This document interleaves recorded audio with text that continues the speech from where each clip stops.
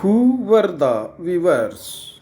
Weavers often belonged to communities that specialized in weaving. Next, their skills were passed on from one generation to the next. The Tanti weavers of Bengal, the Julha or Mamhin weavers of North India, Sal and Kolhapur and Divans of South Indian are some of the communities famous for weaving. Next, the first stage of production was spinning, a work done mostly by women. The charkha and the takli were household spinning instruments. The thread was spun on the charkha and rolled on the takli. Next, when the spinning was over, the thread was woven into cloth by the weaver.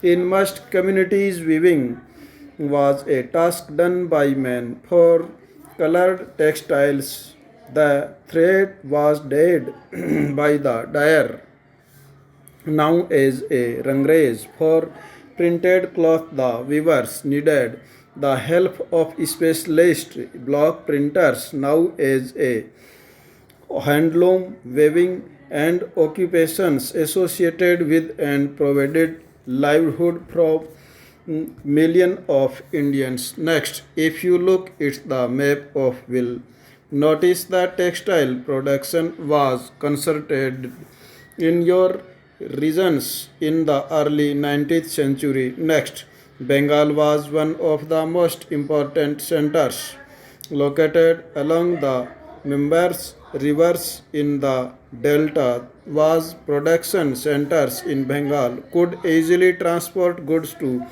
distant places.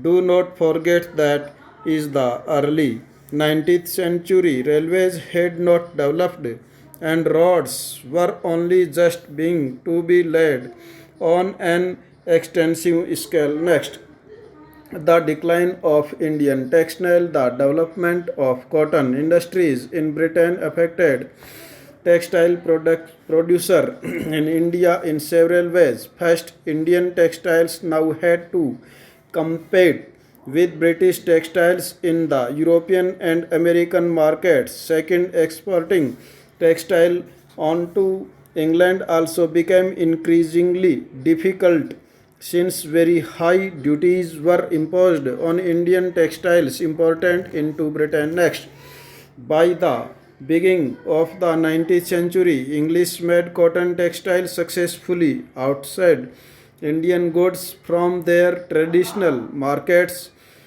in Africa, America, and Europe. Thousands of weavers in Indian were now thrown out of employment. Bengal weavers were the worst hit. English and European companies stopped buying Indian goods and their agents no longer gave out. Next, in 1823, the company government in India received in petition from 12,000 weavers starting our ancestors and the use of receive achievement from the company and maintain ourselves and our respective familiar by weaving companies superior instruments. Next, advance to weaver to secure supplies. Distressed weavers wrote petition to the government to help them, but war was still to come. By the 1830s, British cotton cloth flooded Indian markets. In fact, by the 1880s, two-thirds of all cotton cloths drawn by Indians were made of cloth produced in Britain. This affected not only specialized weavers but also spinners. Next, thousands of rural women who made a living by spinning cotton thread were rendered jobless. Next, handloom weaving did not completely die in India. This was because some types of cloths could not be supplied by mechanism and machine. How could machine produce saris with intricate borders or cloths, the traditional woven patterns. These had a wide demand not only amongst the rich but also amongst the middle classes, nor need the textile manufacturers in Britain produce the very coarse cloths used by poor people in India. Next, you must have heard of Solapur in western India and Mathura in South India. These towns emerged as important new centers of weaving in the late 19th century. Later, during the national movement, Mahatma Gandhi urged people of boycott imported textiles and use hand spun and hand woven cloth. Next, Khadi gradually became a symbol of nationalism. The charkha came of represent India and it was put at the center of the tricolor flag of the Indian National Congress adopted in 1931. Next, what happened to the weaver and spinners have lost their livelihood. Many weavers became agriculture laborers.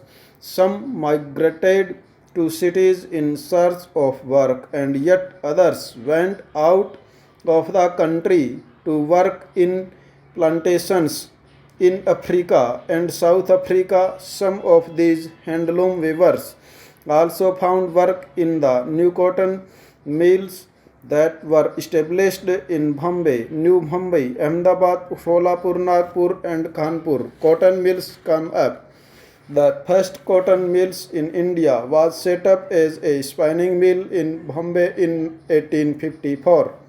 From the early 19th century, Bombay had grown is an important port for the export of new cotton from India in England and China. It was close to the vast black soil tract of western India where cotton was grown.